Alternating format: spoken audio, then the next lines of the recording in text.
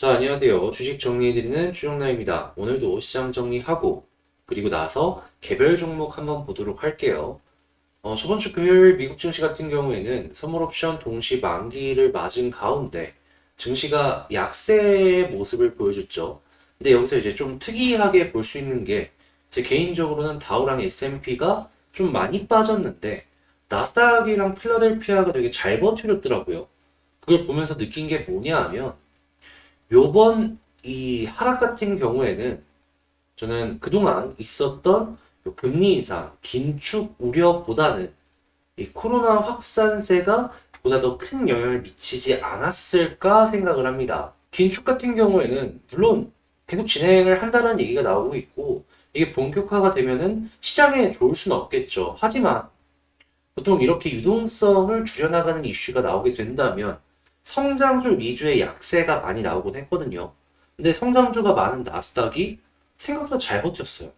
그렇게 전 이 지금 당장은 코로나 확산세 여기에 조금 더 집중을 해야 되지 않을까 싶고요. 이 페드의 얘기가 계속 나오는 걸 봤을 때에는 금리 인상에 대한 이야기는 계속해서 나올 수밖에 없는 상황이므로 유동성이 줄어드는 상황도 머릿속으로 기억을 하고 계속해서 봐야 될 것 같다. 이렇게 말씀드리도록 하겠습니다.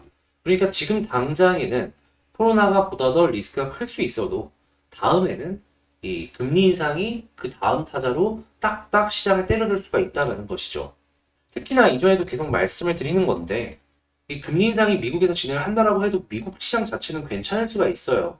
문제는 한국 같은 신흥국 시장이 힘을 못 낼 수 있는 환경이 조성이 될 수 있다라는 것이죠. 당연히 미국에서 금리 인상한다라고 하면은 외국인 입장에서는 뭐 원달러 같은 경우에는 당연히 올라가는 상황이 연결이 될 수 있으니까 환차손을 미리 피하기 위해서 혹은 시장의 유동성이 줄어드는 그런 상황에서 좀 신흥국 위주의 약세를 예상을 하면서 돈을 빼는 상황 충분히 많이 연결할 수가 있단 말이죠. 그러면 한국 증시 같은 경우에는 내년이나 금리 인상의 얘기가 내후년까지 있는 그런 상황 속에서 한동안 약세를 보이면은 우리 같은 경우에는 솔직히 주식할 맛 안 나겠죠.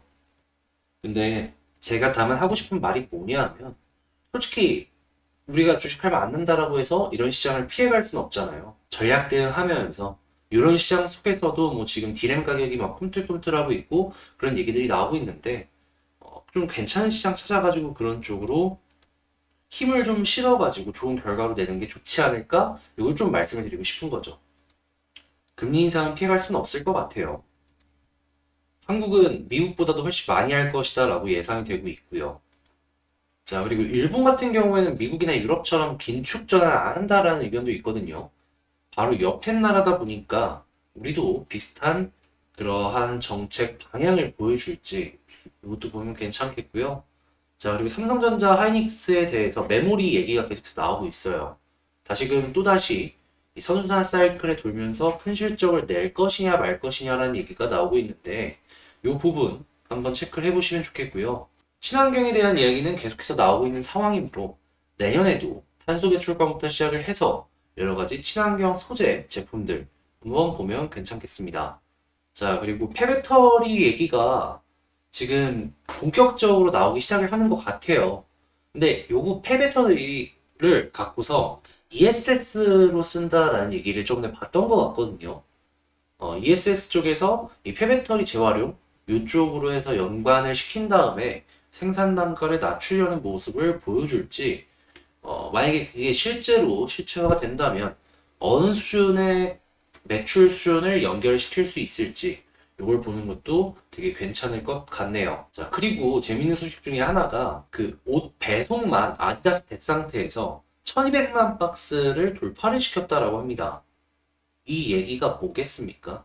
지금 의류 시장이 미쳐 돌아가고 있다라는 거겠죠. 의류 OEM 업체들부터 시작해서 FNF나 더 네이처홀딩스 같은 이 브랜딩을 하고 있는 업체들 이런 쪽들도 같이 보시면 괜찮겠고요. 드라마나 컨텐츠 쪽 이런 쪽 같은 경우에도 디즈니 플러스나 넷플릭스 쪽에서 계속 투자를 할 것이기 때문에 내년에도 또다시 올라가는 종목이 뭐가 될지 지켜보면 좋겠습니다. 자, 그리고 지금 반도체 메모리 같은 경우에 다시 올라갈 수도 있지 않나라는 얘기를 하고 있는데 근데 그거 말고도 중국의 성장 둔화가 이 한국 증시에 영향을 미칠 수도 있거든요. 그러니까 중국은 올라간다라고 해서 한국 증시가 올라가지는 않는데 떨어진다라고 하면 떨어질 때가 많아요, 우리나라도. 그래서 만약에 중국을 보시게 된다면 성장률 위주로 보는 게 어떠할까 싶어요. 성장률 때문에 예전에 막 쇼크처럼 한국 증시 떨어졌던 거 기억이 나네요. 자, 그리고 유럽 쪽에서 오미크론 얘기 계속해서 나오고 있고요. 스케줄상으로 보았을 때 마이크론 테크놀로지 실적 발표가 오늘 있고 내일 같은 경우에는 생산자 물가지도 나오고요. 그리고 수요일 같은 경우에는 3분기 GDP 확정치랑 11월 기존 주택 판매가 나오니까 요것도 하나씩 하나씩 봐가면서 전략 대응 해나가셨으면 좋을 것 같습니다. 자, 이렇게 시장 정리 해봤는데 도움되셨다고 생각하신다면 구독이랑 좋아요 한 번씩 눌러주시고요. 개별 종목 봐보도록 하겠습니다. 자, 제가 이번에 가지고 온 종목은 두산중공업입니다. 일단 두산중공업 좀 반등하는 모습을 보여주고 있는데요. 근데 아시겠지만 요거 이렇게까지 모양 잡아주면은 이건 더 지켜봐야 되는 게 맞는 것 같거든요. 여기서 어떻게 지켜봐야 될지 하나씩 찝어가면서 분석을 해보도록 하겠습니다. 일단 나온 뉴스가 뭐가 있는지 보면은 수소터빈 개발 두산중공업 국내 10여 개 대학과 맞손을 잡았다 얘기를 하고 있죠. 근데 이게 왜 중요한가 생각을 해보면 수소 같은 경우에는 이 수소 발전 의무화 제도라는 거에 딱 들어맞습니다, 그냥. 내년부터 수소로 발전한 전력의 일부 양을 무조건 의무적으로 사용해야 된다라는 법이 실행이 되잖아요. 그랬을 때 지금 당장 수소 발전, 뭐 연료 전지 이런 것만으로는 이 비용도 비용이거니와 우리가 기대했던 전력 양만큼을 뽑아낼 수가 없단 말입니다. 근데 수소 터빈 같은 경우에는 뭐 가스랑 엮어서 진행을 할 것 같은데 충분히 지금보다는 훨씬 더 높은 그런 이 전력량을 생산해낼 수가 있는 그런 상황이다라는 것이죠.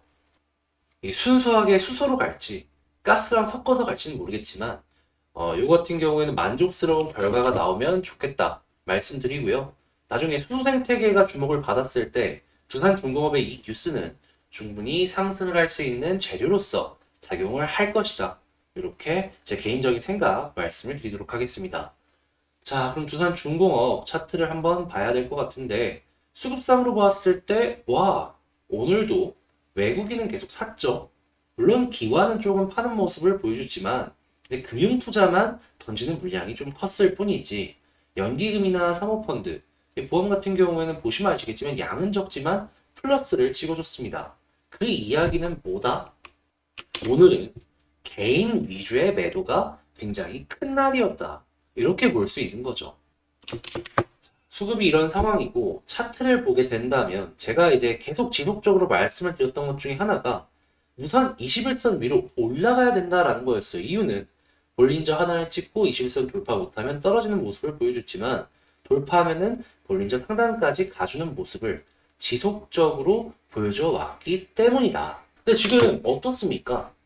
21선 뚫고 오늘 그냥 아예 자리를 잡아주는 모습까지도 보여줬죠. 그리고 여기서 이 위쪽에서 일봉이 하나에서 두 개 정도 더 생기면요. 21선 마저도 오른쪽으로 조금씩 돌기 시작할 겁니다. 그러면 여기서 양봉 하나 더 나온다고 치면 본격적인 우상향을 기대를 해볼 수가 있고 그럼 이제 볼린저 상단까지 충분히 치고 올라갈 수 있겠죠. 근데 이제 문제가 있다면은 이 볼린저 같은 경우에는 시간이 흐르면 흐를수록 아래쪽으로 내려오는 요 폭이 커질 수밖에 없겠죠. 그리고 올라간다라고 해도 예상했던 기대했던 요 수익보다는 조금 떨어질 수도 있다라고 이제 생각을 해볼 수가 있을 것 같은데 네, 여기서도 이제 생각을 해볼 수가 있는 전략이 제 개인적으로는 크게 한 두 개에서 세 개 정도 될 것 같아요. 일단 첫 번째 이렇게 돼 있는데 뚫고 위에서 그냥 잘 잡아버리는 거예요. 이게 1번이고 2번은 뚫고 자리를 못 잡고 이렇게 떨어졌다가 올라가는 거예요. 이 두 번째고 이때에도 이제 왔다 갔다 하면서 이제 올라갈지 탈지 아니면 아래로 다시 떨어져 갖고 각을 이렇게 잡아갈지 이거 이제 이후에 봐야 될 것 같기는 한데 그래도 21선이 위를 우상향을 한다면 한 번 실패한다고 해서 바로 끝나는 게 아니라 한 번 더 올라갈 가능성은 충분히 있으니까 이 부분을 집중해서 보시면 될 것 같고요. 그리고 이제 옆으로 이렇게 횡보한다 계속 이렇게 보여주게 된다면은 이 21선 이탈했을 때 좀 큰 폭으로 떨어질 가능성도 있으니까 요 세 번째로 이런 생각도 진행을 하시면 될 것 같습니다. 자, 했을 때 지금 이 두산중공업 정리를 해본다면 21선 위에 있으면 굳이 정리할 필요가 없을 것 같다. 이게 제 개인적인 생각이고요. 그리고 만약에 떨어지게 된다면 요 241선 부분 가격상으로 한 18,900원, 19,000원까지 떨어질 수 있으니 만약 떨어졌을 땐 비중 관리 일부 하고 다시 올라갔을 때 팔았던 만큼 사면 된다. 이런 식으로 전략 짜면 될 것 같고요. 그리고 올라갔을 때 그냥 떨어지는 것 없이 상승이 나오게 된다면 볼린저 위쪽에서 자리를 잡아주게 된다면 여기서는 홀딩. 근데 눌리게 된다면 어차피 수익이니까 이 볼린저 여기 부분에서 비중 관리하고 다시금 돌파하는 모습 보였을 때 판만큼 사면은 괜찮을 것 같다. 근데 이제 두 번 정도 시도를 했다가 실패하게 된다면 세 번째도 있을 수 있기는 한데 이제 아무래도 두 번보다 세 번이 훨씬 더 가능성은 떨어질 수밖에 없잖아요. 이때는 조심을 하자 이렇게 말씀드립니다.